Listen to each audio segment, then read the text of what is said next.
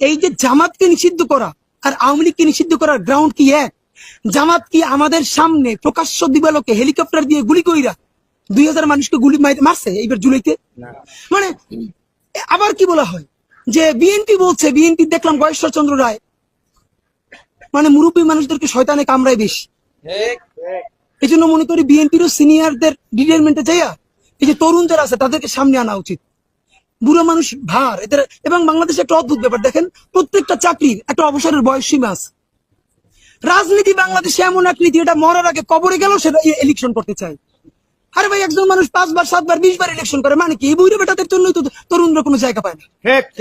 আপনাদেরকে বলি, বলে আজকে যারা আওয়ামী লীগ নিষিদ্ধ করবে, কালকে যদি এসে তারা বিএনপি কে নিষিদ্ধ করবে না, তার গ্যারান্টি কি?